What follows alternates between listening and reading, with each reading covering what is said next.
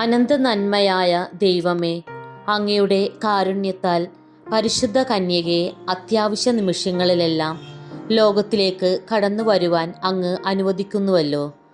ഫാത്തിമായിലെ 3 കുട്ടികൾക്ക് ദർശനം നൽകിക്കൊണ്ട് ലോകസമാധാനത്തിനും പാപികളുടെ മാനസാന്തരത്തിനും വേണ്ടി പ്രാർത്ഥിക്കുവാൻ ആഹ്വാനം നൽകിയ പരിശുദ്ധ അമ്മേ, അങ്ങയുടെ കരുണയുള്ള കണ്ണുകൾ ഞങ്ങളുടെ നേരെ തിരിക്കണമേ.